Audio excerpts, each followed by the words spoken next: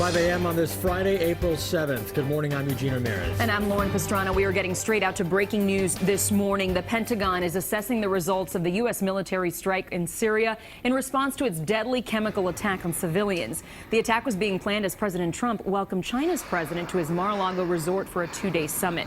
Late last night, the president addressed the nation after that launch. Tonight I call on all civilized nations to join us in seeking to end the slaughter and bloodshed in Syria, and also to end terrorism of all kinds and all types.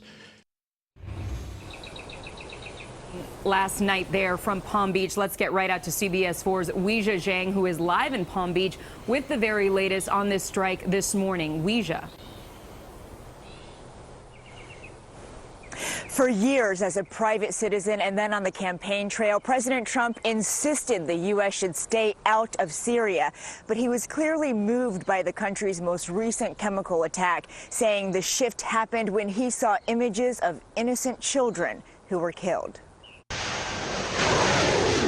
Last night, a series of U.S. missile strikes took direct aim at the regime of Syrian leader Bashar al-Assad.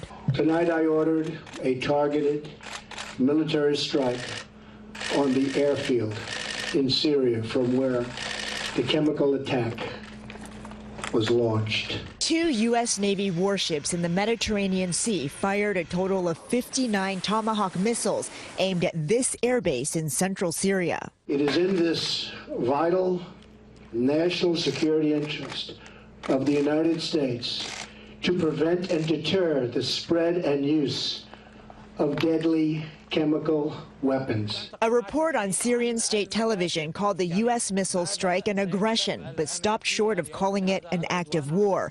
In an impromptu press conference, Secretary of State Rex Tillerson told reporters the president made the decision to strike Thursday. It does demonstrate that President Trump is willing to act when governments and actors cross the line.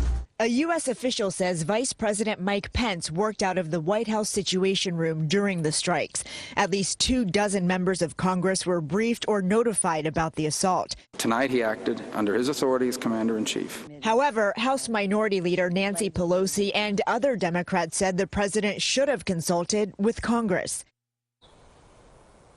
Russia has also labeled the airstrikes an aggression, adding they are a significant blow to Russian-American relations. The Pentagon says the Kremlin had multiple notifications about the attacks during conversations on Thursday before they were launched. Live in West Palm Beach, Florida, I'm Weijia Jiang. Back to you.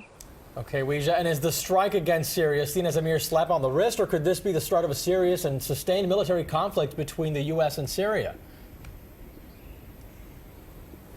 You know, this is certainly much more than just a gentle slap. It is a very firm message that the U.S. government will not stand for this sort of behavior. And the Pentagon says whether there will be even more airstrikes depends on whether Syria conducts more chemical attacks. Weijia Jiang reporting live in Palm Beach for us this morning. Thank you so much.